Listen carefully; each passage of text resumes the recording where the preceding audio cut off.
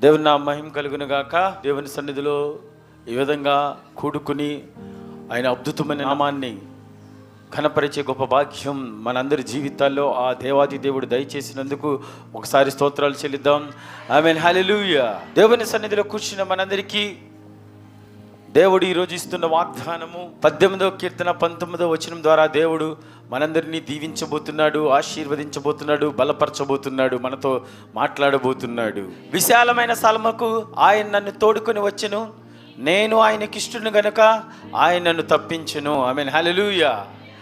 మన దేవుడైన యేసయ్య మనందరినీ కాపాడే దేవుడు, మనల్ని తప్పించే దేవుడు, ఖచ్చితంగా జవాబిచ్చే దేవుడు, పరిష్కారాన్ని ఇచ్చే దేవుడు, మన పక్షమును యుద్ధం చేసే దేవుడు, మనకు సహాయం చేసే దేవుడనే ఈరోజు దేవుడు మనకు వాగ్దానం చేస్తూ ఉన్నాడు.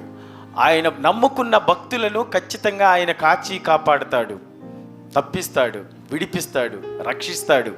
అదే ఈరోజు వాక్య సారాంశము.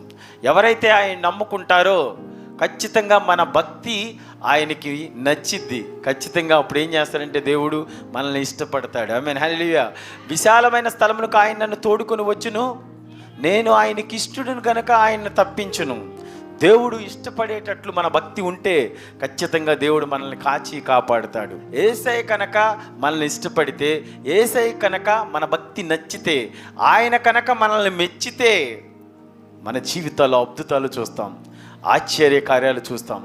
మునిపెడని చూడని అద్భుత కార్యాలు మన జీవితంలో ఖచ్చితంగా జరిగితాయి. ఎందుకంటే మనం యేసయ్యకి నచ్చాం కనుక, ఆయన మనల్ని మెచ్చాడు కనుక, మనము ఆయనకి ఇష్టలము కనుక దేవుడు ఖచ్చితంగా కాపాడుతాడు. నేను ఆయనకి ఇష్టను కనుక ఆయనను తప్పించును అని బైబిల్ గ్రంథంలో సెలవిచ్చబడిందంటే ఖచ్చితంగా దేవుడు మనల్ని ఇష్టపడే దేవుడు. మనం ఏం చేయాలంటే దేవునికి ప్రార్థించాలి, దేవునికి మొరపెట్టుకోవాలి, దేవునికి విన్నవించుకోవాలి, మన అవసరాలు దేవునికి తెలియచేయాలి. అప్పుడు దేవుడు ఖచ్చితంగా మనల్ని ఇష్టపడతాడు, మనల్ని కాపాడుతాడు, తప్పిస్తాడు, రక్షిస్తాడు, మనకు తోడు ఉంటాడు అనేది ఈరోజు వాక్య సారాంశము. అదే రోమాపత్రిక 10వ అధ్యాయం 13వ వచనంలో దేవుడు ఈ విధంగా సెలవిస్తూ ఉన్నాడు. ఎందుకనగా ప్రభు నామమును బట్టి ప్రార్థన చేయి వాడెవడో వాడు రక్షించబడును. ఆమేన్, హల్లెలూయా. యేసయ్యా అని ప్రార్థిస్తే వాళ్ళని దేవుడు రక్షిస్తాడు. యేసయ్యా అని ప్రార్థిస్తే దేవుడు వాళ్ళని తప్పిస్తాడు. యేసయ్యా అని ప్రార్థిస్తే ఖచ్చితంగా దేవుడు నీ భక్తిని మెచ్చి నిన్ను ఇష్టపడతాడు. అదే తెలియచేస్తూ ఉన్నాడు. నువ్వు మొరపెట్టాలి, దేవునికి విన్నవించుకోవాలి, ప్రార్థన చేయాలి, దేవుని సన్నిధికి రావాలి, సహవాసంలో ఎదగబడుతూ ఉండాలి, దేవునికి నీ అవసరతలు తెలియచేస్తూ ఉండాలి. అప్పుడు దేవుడు నిన్ను తప్పిస్తాడనే ఈరోజు సెలవిస్తూ ఉన్నాడు. ఆమేన్, హల్లెలూయా. ఇశ్రాయేలీయులందరూ 430 సంవత్సరాలు ఐగుప్తు దేశంలో బానిస స్థితిలో ఉన్నారు. దాసీగుహమైన ఐగుప్తు నుంచి దేవుడు అబ్రహాముకి ఇచ్చిన వాగ్దానాన్ని బట్టి యాకోబు సంతానమైన ఇశ్రాయేలీయులందరినీ దేవుడు విడిపించాడు, రక్షించాడు, తప్పించాడు. వాగ్దాన దేశమైన పాలు తేనెలు ప్రవహించే వాగ్దాన దేశాన్ని వాళ్ళందరినీ తప్పించి, విడిపించి, రక్షించి చేర్చాడు క్షేమంగా. దేవుడు మెచ్చితే దేవుడు ఖచ్చితంగా మనకు సహాయం చేస్తాడనే ఈరోజు వాక్య సారాంశము. దేవునికి మనం ఇష్టలుగా ఉండాలి, దేవుడికి మనం విన్నవించుకోవాలి, ఖచ్చితంగా మన అవసరాలు తెలియచేస్తూ ఉండాలి. అప్పుడు దేవుడు ఖచ్చితంగా మనందరికీ కాపాడుతాడు, రక్షిస్తాడు, తప్పిస్తాడనే ఈరోజు వాక్యం తెలియచేస్తూ ఉంది. ఆమేన్, హల్లెలూయా. 9వ కీర్తన 10వ వచనంలో భక్తుడు ఈ విధంగా తెలియచేస్తూ ఉన్నాడు. యెహోవా నిన్ను ఆశ్రయించి వారిని నీవు విడిచిపెట్టువాడవు కావు, కావున నీ నామం ఎరిగిన వారు నిన్ను నమ్ముకుందురు. ఆమేన్, హల్లెలూయా. ఎందుకంటే దేవుణ్ణి ఆశ్రయిస్తే దేవుడు విడిచిపెట్టడు, దేవుడు కాపాడుతాడు, ముందుగా ఇష్టపడతాడు. యేసయ్య కనుక నీ భక్తిని మెచ్చితే, యేసయ్య కనుక నిన్ను ఇష్టపడితే, నువ్వు ఆయనకి నచ్చావంటే నిన్ను మెచ్చుకుంటాడు. అప్పుడు అనేక ఈవులు దేవుడు నీకు దయచేస్తాడనే దేవుడు మనందరికీ తెలియచేస్తూ ఉన్నాడు. ఆమేన్, హల్లెలూయా. రాజు ప్రతిష్ఠించిన ఆ బంగారు ప్రతిమకు మొక్కకుండా అనేక మంది ఆ మైదానంలో మొక్కుతూ ఉండగా 3 మాత్రం నిలబడి ఉన్నారు. వాళ్ళే షడ్రకు, మెషకు, అబేద్నెగో అనువారు. వాళ్ళు ఆ ప్రతిమకు మొక్కనందుకు వాళ్ళందరినీ తీసుకెళ్ళి అగ్నిగుండంలో పడేశాడు. దేవుడికి వారి యొక్క భక్తి మెచ్చాడు, వాళ్ళని ఇష్టపడ్డాడు. అందుకనే దేవుడే స్వయంగా అగ్నిగుండంలోకి వెళ్ళి కూర్చున్నాడు. ఆహ్లాదకరమైన వాతావరణం వాళ్ళకి ఇచ్చాడు. వాళ్ళని బయటికి తీసుకొచ్చిన తర్వాత వాళ్ళని చూస్తే కనీసం వాళ్ళ పై రోమాలు కూడా కాలిపోనట్లు, వాళ్ళ దగ్గర ఎటువంటి మసి కానీ మాడు కానీ ఎలాంటిది రాలేదు. వాళ్ళ భక్తి దేవుడు ఏం చేశాడు? మెచ్చాడు. ఆమేన్, హల్లెలూయా. అందరూ తల వంచుతున్నప్పటికీ దేవుని కోసమే తల వంచకుండా నిలబడి అగ్నిలో సహితము మేమేమో కాలటానికైనా సిద్ధము అని అన్నారు కనుకే దేవుడు ఏం చేశాడు తెలుసా? వాళ్ళని మెచ్చాడు. తన భక్తులను కాపాడుకోవటానికి వాళ్ళు ఇష్టలు కనుక వాళ్ళని తప్పించడానికి తానే స్వయంగా అగ్నిగుండంలోకి వెళ్ళిపోయారు. అగ్నిగుండం ఆహ్లాదకరంగా మార్చారు, తన భక్తుల్ని కాపాడుకున్నాడు. ఆమేన్, హల్లెలూయా. దేవుడు కనుక నిన్ను ఇష్టపడితే, దేవుడికి కనుక నువ్వు నచ్చితే, నిన్ను మెచ్చితే, నువ్వు చూడని అద్భుతము, నీకు జరగదన్న అద్భుతము నువ్వు ఖచ్చితంగా చూస్తావు. అదే ఈరోజు దేవుడు నీతో మాట్లాడుతూ ఉన్నాడు. నా జీవితంలో ఇది జరగదు అని అనుకున్న నువ్వు ఖచ్చితంగా అద్భుతాన్ని చూస్తావు. ఎప్పుడంటే దేవుడు నిన్ను ఇష్టపడినప్పుడు, ఆయనకు అనుగుణంగా నీవు జీవించినప్పుడు, ఆయన ఆజ్ఞానుసారంగా నీవు జీవించినప్పుడు, అప్పుడు ఖచ్చితంగా దేవుడు నిన్ను కాపాడుతాడు, రక్షిస్తాడనే ఈరోజు దేవుడు సెలవిస్తూ ఉన్నాడు. ఆమేన్, హల్లెలూయా. ఇర్మియా గ్రంథం 17వ అధ్యాయము 7వ వచనంలో ఈ విధంగా బైబిల్ గ్రంథం సెలవిస్తూ ఉంది. యెహోవాను నమ్ముకున్నవాడు ధన్యుడు. ఆమేన్, హల్లెలూయా. యేసయ్యను ఏం చేయాలని మనందరం నమ్ముకోవాలి. అప్పుడు నీ జీవితం ధన్యమైద్ది. నువ్వు ఎలాంటి ప్రతికూల పరిస్థితుల్లో ఉన్నప్పుడు దేవుడు నిన్ను కాపాడుతాడు, రక్షిస్తాడు, విడిపిస్తాడు, ఖచ్చితంగా నీకు సహాయం చేస్తాడనే ఈరోజు వాక్యం తెలియచేస్తూ ఉంది. నీతో దేవుడు మాట్లాడుతూ ఉన్నాడు. ఆమేన్, హల్లెలూయా. ఇట్టి శాసనము నిర్మించబడినప్పటికీ, ఇట్టి శాసనము ప్రకటించబడినప్పటికీ దానియేలు భక్తుడు యథాప్రకారం తన ఇంటిలోకి వెళ్ళి దేవునికి ముమ్మారు ప్రార్థన చేశారు, యెరూషలేము తట్టు కిటికీలు తెరిచి. ఏ శాసనం అంటే ఎవరైతే దేవునికి మొక్కుతారో వాళ్ళని ఖచ్చితంగా సింహాల గృహలో పడేస్తానని. అలాంటి శాసనం వచ్చినప్పటికీ ఆ శాసనానికి భయపడలా, దేవునికి ప్రార్థించడానికే ఇష్టపడ్డాడు. అందుకే భక్తుడైన దానియేలును దేవుడు ఇష్టపడ్డాడు, భక్తుడైన దానియేలును దేవుడు మెచ్చుకున్నాడు, దేవునికి నచ్చాడు అని నేను అనుకుంటాను. అందుకే ఏం చేశాడు తెలుసా? సింహాలు సహితము భక్తుడిని తాకను కూడా తాకకుండా చేశాడు. ఆమెను చెప్పు గట్టిగా, ఆమేన్, హల్లెలూయా. ఎప్పుడంటే ఆయన ఇష్టడు కనుక. దానియేలు ఎప్పుడు ఇష్టడయ్యాడంటే ప్రతికూల పరిస్థితుల్లో కూడా దేవునికి ప్రార్థించాడు.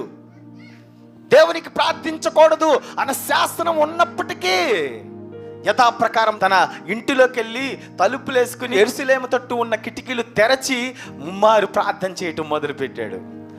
భక్తుని యొక్క ప్రార్థన, భక్తుడు దేవుడికి ఖచ్చితంగా ఇష్టడయ్యాడు. క్రూర మృగము, అడవి మృగము ఒక బోనులో ఉన్నది, తలుపులన్నీ వేసేసిన దాంట్లో ఎవరైనా దొరికారనుకోండి, పిల్లి కూడా ఏమైపోద్దని చెప్తా ఉంటారు, పులయ్యిద్దని చెప్తారు. అలాంటిది ఒక బంధించబడిన గుహలో భక్తుడిని పడేశారు, భక్తుడిని ఇసిరేశారు. అప్పుడు సింహానికి మంచి ఆహారం దొరికినట్లే. కానీ భక్తుడు ఎవరికి నచ్చాడు? భక్తుడిని ఎవరు మెచ్చారు? దేవుడు మెచ్చాడు. ఆమేన్, హల్లెలూయా. భక్తుడు ఎవరికి ఇష్టడు? దేవునికి ఇష్టడు. నేను ఆయనకి ఇష్టడును గనక ఆయన నన్ను తప్పించెను. ఆమేన్, హల్లెలూయా. అందుకే దేవుడు సింహాలు సహితము ఏం చేయకుండా కాపాడగలిగిన శక్తివంతుడు మన దేవుడు. ఆమేన్, హల్లెలూయా. నువ్వు నచ్చాలా, నీ భక్తి దేవునికి నచ్చాలా. సామెతలు 28వ అధ్యాయము 25వ వచనములో దేవుని నమ్ముకుంటే కలిగే అద్భుతం మనం చూడగలము. యెహోవా యందు నమ్మకముంచువాడు వర్ధిల్లును. ఆమేన్, హల్లెలూయా. ఈరోజు నీ జీవితంలో వర్ధిల్లింప చేసేటట్లు జీవించాలనుకుంటున్నావా? నీ జీవితం ఫలభరితంగా ఉండాలనుకుంటున్నావా? నీ జీవితం ఆశీర్వాదంగా ఉండాలనుకుంటున్నావా? నీ జీవితము దీవెనకరంగా ఉండాలనుకుంటున్నావా? నీ జీవితము ఫలభరితంగా అందరికీ ఒక మాదిరిగా జీవించాలనుకుంటున్నావా? అందరికంటే ఉన్నతమైన స్థితిలో జీవించాలనుకుంటున్నావా? అందరికంటే ఆశీర్వదించబడినట్లు జీవించాలనుకుంటున్నావా? ఏ లోటు లేకుండా నువ్వు జీవించాలనుకుంటున్నావా? యేసయ్యను నమ్ముకోవాలి, యేసయ్యకి ఇష్టడుగా ఉండాలి. ఆమేన్, హల్లెలూయా. యెహోవాను నమ్ముకున్న వారు వర్ధిల్లుతారు. అన్ని పనుల్లో నీ జీవితం వర్ధిల్లింపబడద్ది. వ్యాపారంలో కానీ, వ్యవసాయంలో కానీ, ఉద్యోగాల్లో కానీ, నువ్వు చేసే ప్రతి ఒక్క పనిలో దేవుడు నిన్ను వర్ధిల్లింప చేస్తాడు, దీవిస్తాడు, ఆశీర్వదిస్తాడు, ఉన్నత శిఖరాలను అధిరోహించేటట్లు చేస్తాడు. ఎప్పుడంటే దేవుడిని నమ్ముకున్నప్పుడు, దేవుడికి నువ్వు ఇష్టడుగా ఉన్నప్పుడు దేవుడు ఖచ్చితంగా నిన్ను కాపాడుతాడు, రక్షిస్తాడు. ఆమేన్, హల్లెలూయా. ప్రతికూల పరిస్థితుల్లో కూడా దేవుడు ఖచ్చితంగా మనల్ని కాపాడుతాడు. దేవుడే కనుక ప్రతికూల పరిస్థితిలో ఉన్నప్పటికీ దేవుడు కాపాడతాడు. ఉదాహరణగా మనం చెప్పుకున్నాం, మనం యేసయ్యను సిలువ వేసినప్పుడు ఆయనతో పాటు 2 దొంగలు కూడా సిలువ వేయబడ్డారు. మొదటి దొంగ అయితే యేసయ్యను చూస్తూ ఖచ్చితంగా ఈయన దేవుని కుమారుడైతే ఆయన రక్షించుకుని నన్ను కూడా రక్షించవచ్చు కదా, మనల్ని కూడా రక్షించవచ్చు కదా అని అడుగుతాడు. అంటే ఇక్కడ ఆ విధంగా దేవునితో మాట్లాడి, దేవుణ్ణి హేళనగా మాట్లాడి, లేదా దేవునికి కోపం తెప్పించి దేవుడి వల్ల ఏదో రకంగా లబ్ధి పొందాలని కోరుకున్నట్టు మాట్లాడతాడు మొదటివాడు. నిజంగా నువ్వు దైవ కుమారుడు అయితే నిన్ను రక్షించుకో, మమ్మల్ని కూడా రక్షించంటే ఖచ్చితంగా చేస్తాడని ఒక నమ్మకం.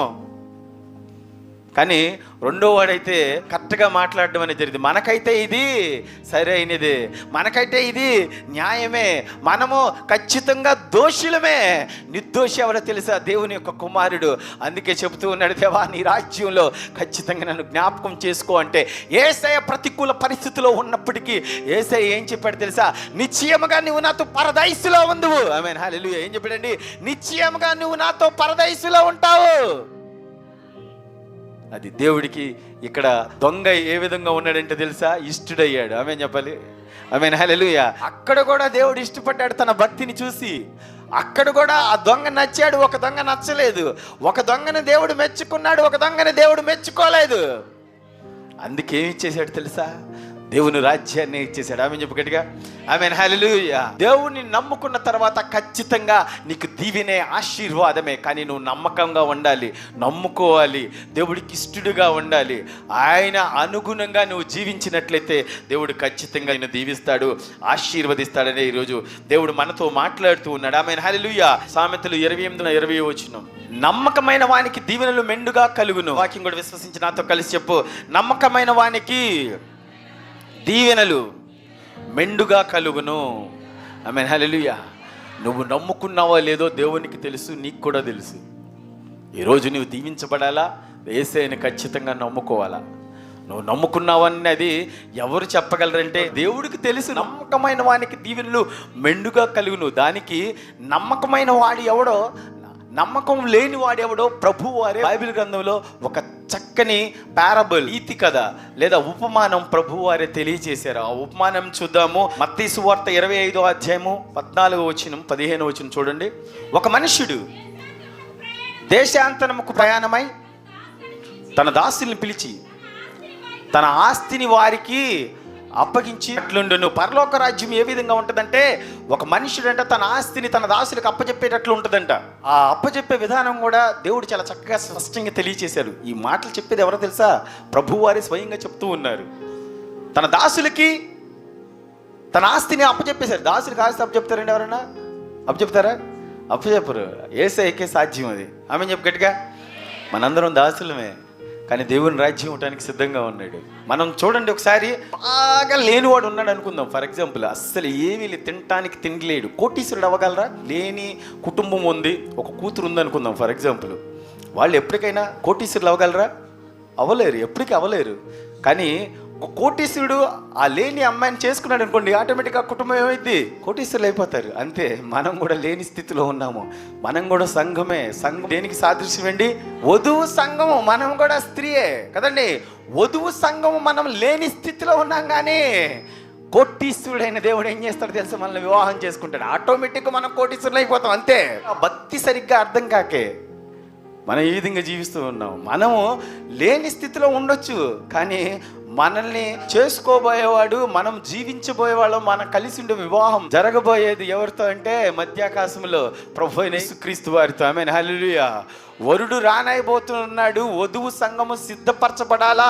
బాప్తిసం తీసుకుని దేవుని కోసం ఎదురు చూస్తూ జీవించావా? ఖచ్చితంగా ఏమవుతుందో తెలుసా? దేవుని రాజ్యమే నీదైపోద్ది. ఆమేన్ చెప్పు గట్టిగా. ఆమేన్, హల్లెలూయా. అదే తెలియచేస్తూ ఉన్నాడు ఇక్కడ. పరలోక రాజ్యం ఏ విధంగా ఉంటుందంటే, తన దాసులకి తన ఆస్తిని అప్పచెప్పిన ఒక అతన్ని పోలి ఉంటుందంట. ఆస్తి ఏ విధంగా అప్పచెప్పాడంటే, ఒక అతన్ని పిలిచి 5 దేనారాలు లేదా 5 తలాంతులు ఒక అతనికి ఇచ్చాడు. ఇంకో అతన్ని పిలిచి 2 తలాంతులు ఇచ్చాడు. ఇంకో అతన్ని పిలిచి 1 తలాంతి ఇచ్చాడు. ఎందుకని? దేవుడు ఒక్కొక్కరికి, మీరు చూడండి, తన ఆస్తిని సమానంగా పంచేయచ్చుగా, 3/5 ఇచ్చేయచ్చు కదండి. ఒకరికి పిలిచి 5 ఇచ్చాడు, 5 తలాంతులు. వేరే ఒక అతను పిలిచి 2 తలాంతులు ఇచ్చాడు. మూడో అతను పిలిచి 1 తలాంతే ఇచ్చాడు. 3/5 15 ఇవ్వచ్చు కదా. ఇవ్వలా. ఎందుకో తెలుసా? బైబిల్ గ్రంథంలో చాలా స్పష్టంగా అక్కడే మాట్లాడుతూ ఉన్నాడు దేవుడు. ఎందుకంటే ఎవరి సామర్థ్యము చొప్పున వానికి ఇచ్చాను. ఆమేన్ చెప్పు గట్టిగా. ఎవరి సామర్థ్యం చొప్పున వాళ్ళు దీవించబడతారు. ఎవరి సామర్థ్యం చొప్పున దేవునికి తెలుసు. దేవుడు నీకు ఇస్తే ఖచ్చితంగా దేవుని మహిమపరుస్తావో, దేవుని ఆరాధిస్తావో, దేవుని స్తుతిస్తావో లేదో దేవునికి తెలుసు. అందుకే తలాంతులు కూడా ఏ విధంగా పంచాడు తెలుసా? ఒకనికి 5 తలాంతులు, ఒకరికి 2 తలాంతులు, ఒకనికి 1 తలాంతే పంచాడు. వాడి సామర్థ్యం అదే. ఈరోజు మన భక్తిలో మన సామర్థ్యం ఖచ్చితంగా దేవుడు ఇష్టపడేంత ఉంటే ఖచ్చితంగా 5 తలాంతులు పొందుకునే వాళ్ళంగానే ఉంటాం. ఆమెన్ చెప్పు గట్టిగా. ఆమెన్. హల్లెలూయా. ఈరోజు మనం దీవించబడాలా, దేవునికి ఇష్టడే జీవించాలా, 5 తలాంతులు పొందుకునేటట్లే జీవించాలా. దేవునికి తెలుసు నీ సామర్థ్యం ఏంటో. 1 తలాంతు దేవుడికి ఇస్తే దేవునికి ఖచ్చితంగా నువ్వు వాడుతున్నావా లేదా దేవుడు చూస్తాడు. తలాంతులు అంటే పాటలు పాడే తలాంత అవ్వచ్చు, వాక్యం వినే తలాంత అవ్వచ్చు, దేవుని సన్నిధికి వచ్చే తలాంత అవ్వచ్చు, దేవుని సన్నిధిలో పరిచర్య చేసే తలాంత అయ్యొచ్చు. ఇవన్నీ తలాంతులే. దేవుడు ఇస్తాడు ప్రతి ఒక్కరికి ఒక్కొక్క తలాంతు, లేదా 2, 3, 4. కానీ సామర్థ్యం చొప్పునే ఇస్తాడు.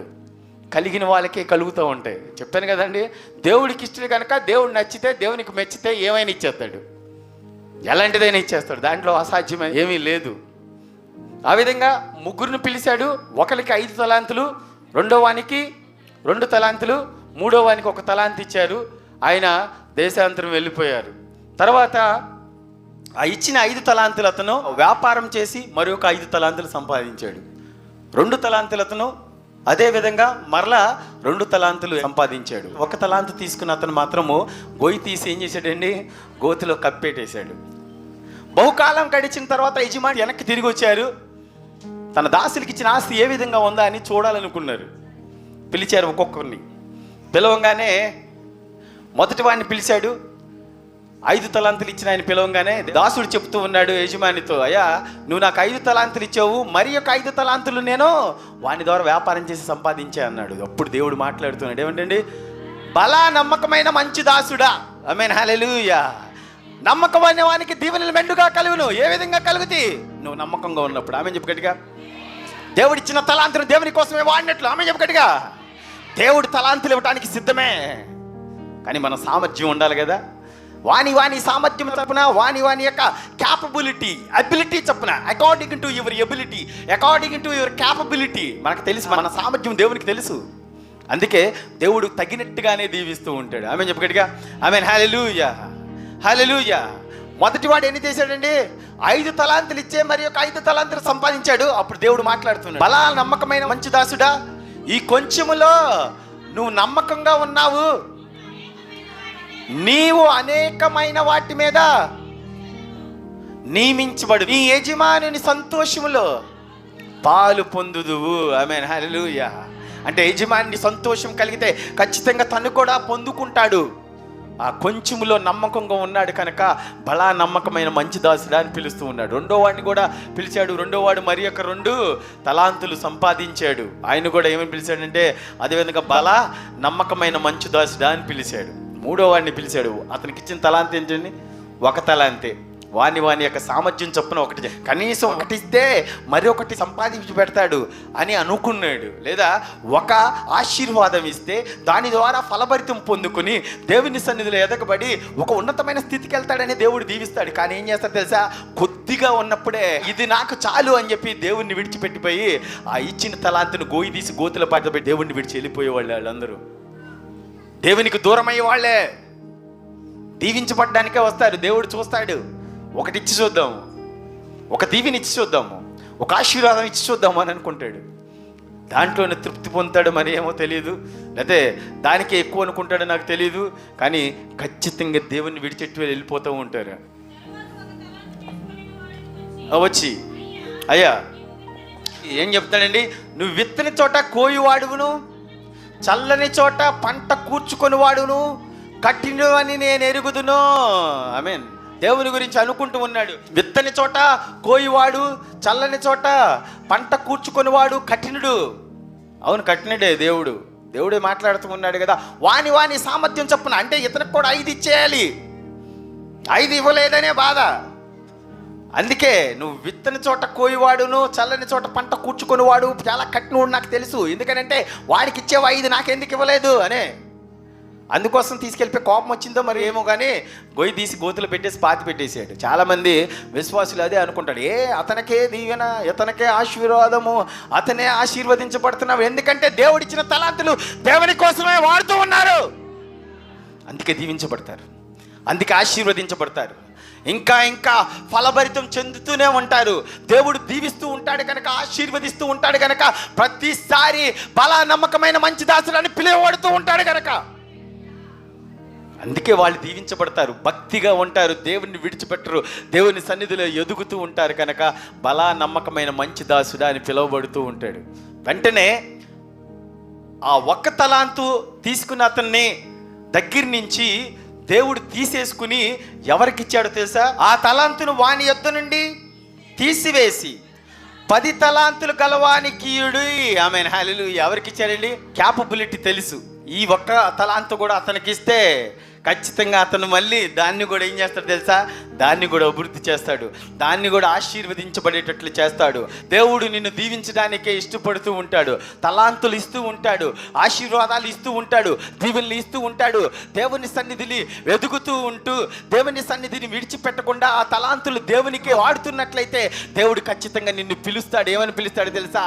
బల నమ్మకమైన మంచి దాసుడు. ఆమేన్, హల్లెలూయా. నమ్మకమైన వానికి దీవెనలు మెండుగా ఉంటాయని దేవుని యొక్క వాక్యం సెలవిచ్చినట్లే ఆ ఒక్క తలాంతుని తీసుకెళ్ళి ఎవరికి ఇచ్చేశారండి? 10 తలాంతులు వాళ్ళవానికి.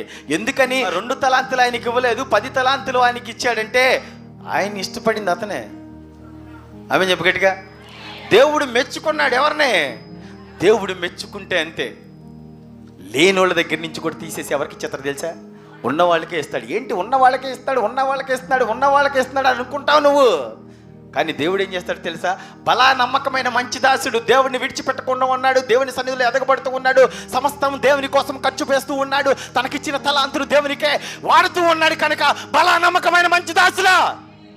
లేని వాళ్ళ దగ్గర నుంచి కూడా తీసిచ్చేస్తాడు అంతే. దేవుడు నచ్చితే, దేవునికి ఇష్టపడితే, దేవుడు మెచ్చితే ఏమైనా చేస్తాడు. దానికి క్వశ్చన్ చేయడానికి నువ్వు నేను సరిపోతామండి? సరిపోతామా? ఎవరం సరిపోం, ఆయన ఇష్టం అది. ఆమేన్ చెప్పు గట్టిగా. ఆమేన్, హల్లెలూయా. కలిగిన ప్రతి వానికి ఇయ్యబడును, అతనికి సమృద్ధి కలుగును, లేని వాని యొద్ద నుండి వానికి కలిగినవి తీసివేయబడును. ఆమేన్, హల్లెలూయా. లేనోడి దగ్గర నుంచి ఇంకా తీసేసి ఎవరికి ఇస్తాడంటే దేవుడు చెప్పాలి, కలిగిన వాళ్ళకే ఇస్తాడు అంతే. ఎందుకంటే దేవుని కోసమే వాడుతూ ఉన్నాడు కనుక ఆ తలాంతులు. దేవుడికి కనుక ఇష్టడైతే, నేను ఆయనకి ఇష్టడే కనుక ఆయనను తప్పించను. దేవుడికి నువ్వు ఇష్టడివైతే, దేవుడికి నువ్వు నచ్చినట్లు జీవిస్తే, దేవుడు నిన్ను మెచ్చితే ఏం చేస్తాడు తెలుసా? లేని వాళ్ళ దగ్గర నుంచి తీసి నీకే ఇస్తాడు. అదే చెబుతూ ఉన్నాడు. కలిగిన వానికి ఇంకా సమృద్ధిగా ఇవ్వబడును, లేని వాని యొద్ద నుంచి తీసివేయబడును అంతే. దీవించబడే వాళ్ళు దీవించబడుతూనే ఉంటారు, ఆశీర్వదించబడే వాళ్ళు ఆశీర్వదించబడుతూనే ఉంటారు, అభివృద్ధి చెందేవాళ్ళు అభివృద్ధి చెందుతూనే ఉంటారు. ఎందుకో తెలుసా? తనకిచ్చిన తలాంతుని, తనకిచ్చిన దేవుని యొక్క మహిమను వాళ్ళు విడిచిపెట్టరు కనుక. ఆమేన్, హల్లెలూయా. ఆ రక్షణను వాళ్ళు వదులుకోరు కనుక, దేవుని యొక్క సన్నిధి వాళ్ళు విడిచిపెట్టరు కనుక, దేవుని కోసమే జీవిస్తారు కనుక, ఆ తలాంతులు దేవుని కోసమే వాడుతూ ఉంటారు కనుక దీవించబడుతూనే ఉంటారు. ఆమేన్ చెప్పు గట్టిగా. ఆమేన్, హల్లెలూయా. అది దేవుడు బలా నమ్మకమైన మంచి దాసుడా అని లేనోడి దగ్గర నుంచి తీసేసి ఎవరికి ఇచ్చాడు తెలుసా? దేవునికి నచ్చిన ఆయనకి ఇచ్చాడు, దేవుడికి ఇష్టపడిన ఆయనకి ఇచ్చాడు, దేవుడు మెచ్చిన ఆయనే ఇచ్చాడు. ఆమేన్, హల్లెలూయా. అదేవిధంగా దేవుని సన్నిధిలో కూర్చుని నీతో కూడా దేవుడు మాట్లాడుతూ ఉన్నాడు. నువ్వు ఆయనకి ఇష్టడిగా జీవించావా? ఖచ్చితంగా నిన్ను తలాంతులు ఇవ్వడానికి దేవుడు సిద్ధంగా ఉన్నాడు. తీసుకోవడానికి నువ్వు సిద్ధంగా ఉన్నావా? నీ యొక్క క్యాపబిలిటీని బట్టే, నీ సామర్థ్యాన్ని బట్టే దేవుడు ఇవ్వడానికి సిద్ధంగా ఉన్నాడు. ఇచ్చిన తలాంతుని దేవుని కోసమే వాడటానికి సిద్ధంగా ఉండాలా. కొందరు దేవుని సన్నిధికి వచ్చినప్పుడు పాటలు పాడడం చాలా ముందు ఉంటారు, కానీ నిదానంగా ఏమైపోతూ ఉంటారు తెలుసా? దూరం అయిపోతూ ఉంటారు. ముందు కూర్చున్న వాళ్ళు నిదానంగా వెనక్కి వెళ్ళిపోతూ ఉంటారు. అప్పుడే దేవుడు ఏం చేస్తాడు తెలుసా? తలాంతులు ఏం చేస్తూ ఉంటాడు? నీ దగ్గరని తీసేసి ఉన్న వాళ్ళకి మళ్ళీ తిరిగి ఇచ్చేస్తాడు. దేవుడే మాట్లాడుతున్నాడు. ఏమని మాట్లాడుతున్నాడు అంటే, అక్కడ కలిగిన ప్రతి వానికి ఇవ్వబడును, కలిగిన ప్రతి వానికి ఇస్తానే ఉంటాడు. ఎందుకంటే దేవుని సన్నిధికి వస్తూ ఉంటారు కనుక, ఎందుకంటే దేవుని కోసమే జీవిస్తూ ఉంటారు కనుక, ఎందుకంటే దేవుడిచ్చిన తలాంతుని, దేవా ఈరోజు ఈ స్థితిలో ఉన్నానంటే కేవలం నీ దయ వల్లనే, ఆ విషయాన్ని మర్చిపోరు కనుక. ఆమె చెప్పగట్టుగా. అందుకే కలిగిన ప్రతి వానికి ఇస్తూనే ఉంటాడు దేవుడు. ఈరోజు దేవునికి ఇష్టలైన వాళ్ళకి ఖచ్చితంగా లేని వాళ్ళ దగ్గర నుంచి తీసేసి మళ్ళా దేవునికి ఇష్టలైన వాళ్ళకి ఇస్తానేమంటాడు. అదే దేవుడు ఈరోజు మాట్లాడుతూ ఉన్నాడు. ఆమేన్, హల్లెలూయా. అదేవిధంగా దేవుడికి ఇష్టంగా నువ్వు జీవించావా, దేవుడికి నచ్చేటట్లు జీవించావా, యేసయ్య మెచ్చేటట్లు జీవించావా, ఆశీర్వాదం కూడా ఉన్నవాడి దగ్గర నుంచి తీసేసి లేని వాడికే ఇస్తాడు. మలాకీ గ్రంథం 1:2 దేవుడు మెచ్చితే ఆశీర్వాదాలు కూడా ఖచ్చితంగా ఒకరికి చెందాల్సిన ఆశీర్వాదాలు, ఒకరికి చెందాలని దీవెనలు, ఒకరు పొందుకోవాల్సిన ఆశీర్వాదాలు వేరొకరికి దేవుడు ఇచ్చేస్తాడు. ఎందుకంటే బలా నమ్మకమైన మంచి దాసుడు గనక, నచ్చాడు గనక, దేవుడు మెచ్చాడు గనక ఏమైనా చేసేస్తాడు. యెహోవా సెలవిచ్చినదేమనగా, నేను మీ ఎడల ప్రేమ చూపి ఉన్నాను, అయితే మీరు ఏ విషయమందు నీవు మా ఎడల ప్రేమ చూపితివి అందురు. ఏశావు యాకోబునకు అన్నకాడా, అయితే నేను యాకోబును ప్రేమించి తిని. ఇదే యెహోవాకు. ఇద్దరు అన్నదమ్ములు ఉన్నారు ఇక్కడ. మొదటివాడు ఏశావు, రెండోవాడు యాకోబు. దేవుడే స్టేట్మెంట్ ఇస్తూ ఉన్నాడు, ఇదిగో వాళ్ళిద్దరు అన్నదమ్ములే, వాగ్దాన పుత్రులైన ఇస్సాకు పుట్టిన సంతానమే. అయినప్పటికీ వాళ్ళిద్దరిలో ఒకరిని నేను ప్రేమించానని చెప్తున్నాడు. ఒకరికి చెందాలని ఆశీర్వాదం వేరే ఒకరికి ఇవ్వడానికి నేను సిద్ధము అని దేవుడు చెప్తూ ఉన్నాడు. ఎందుకని దేవుడు యాకోబుని ఇష్టపడ్డాడు, ఎందుకని ఏశావుని ద్వేషించాడు అంటే యాకోబు దేవుని యందు భయభక్తులు కలిగి ఉన్నాడు. ఆమెన్ చెప్పు గట్టిగా, ఆమెన్, హల్లెలూయా, హల్లెలూయా. యాకోబు సాధువై గృహంలో నివసించడమే కాకుండా దేవుని విడిచిపెట్టలేదు, దేవునికి ప్రార్థించేవాడిగా ఉన్నాడు, భక్తిపరుడుగా ఉన్నాడు, దేవుని ఎడల ఆయన కృప పొందేటట్లు ఉన్నాడు, దేవుని కోసమే జీవించేటట్లు ఉన్నాడు.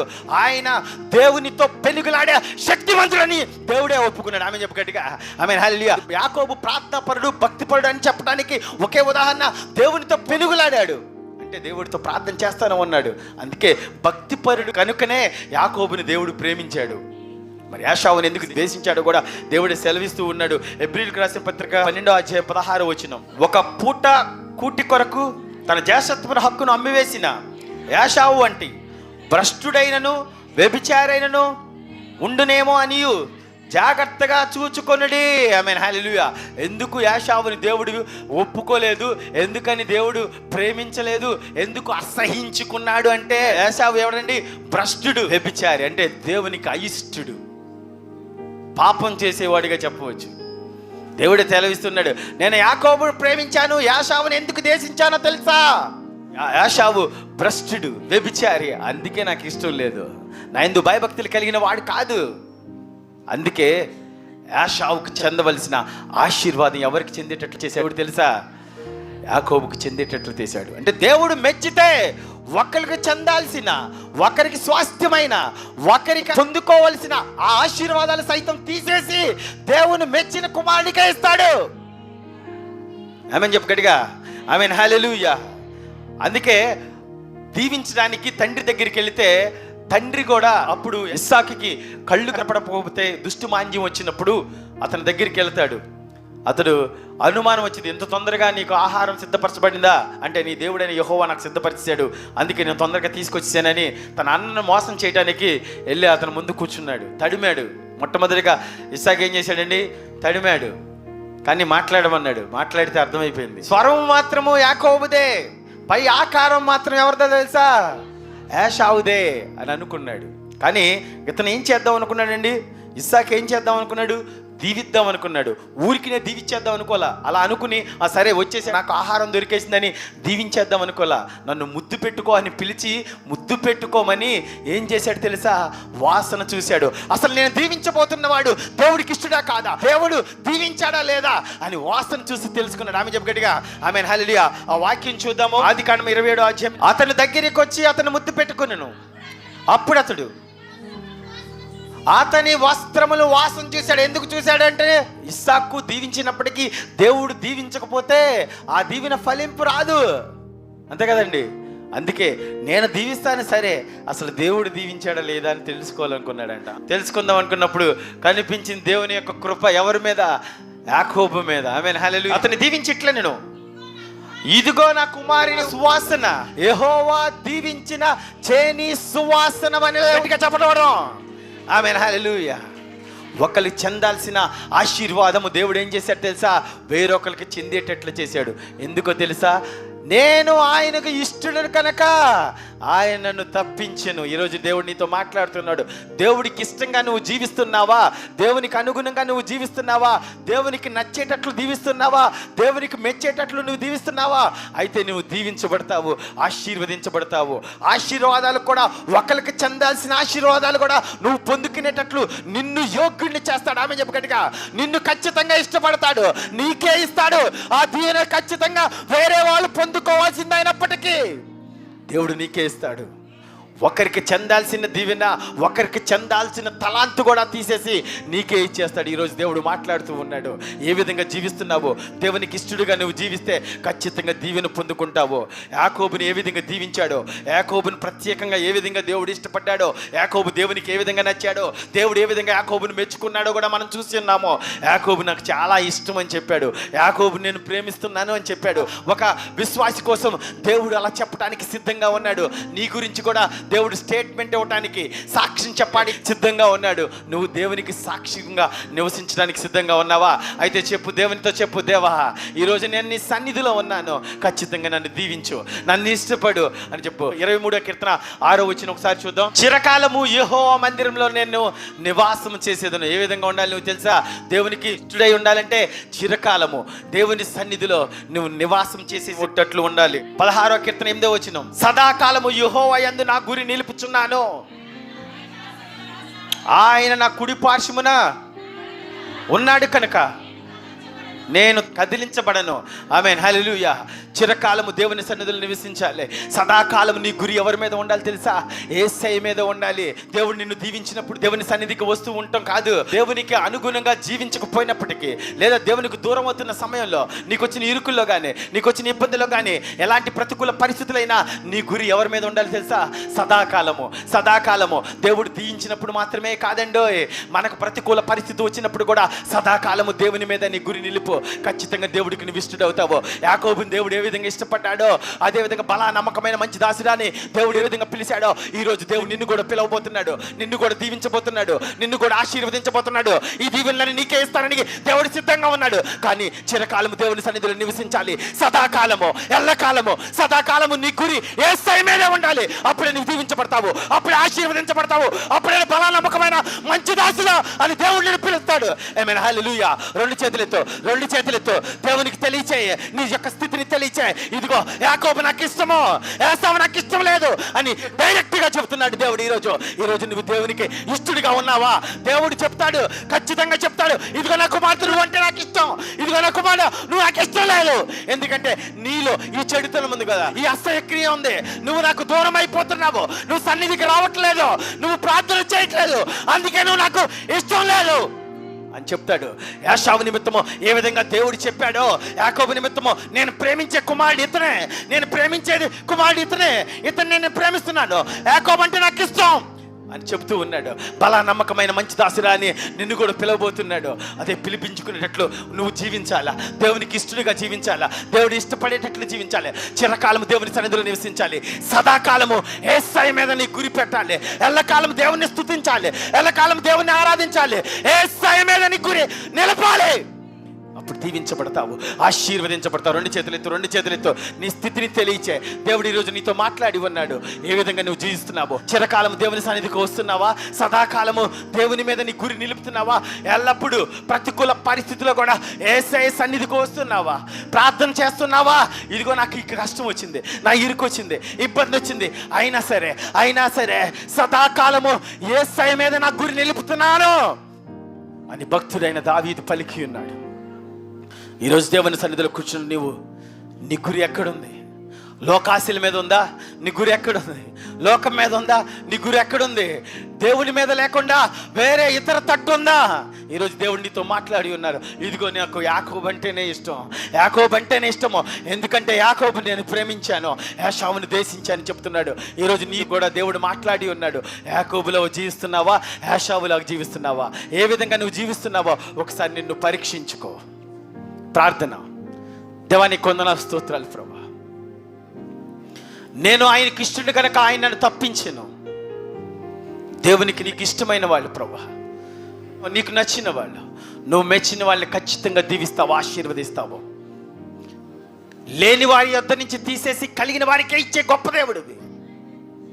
దీవించే దేవుడివి, ఆశీర్వదించే దేవుడివి.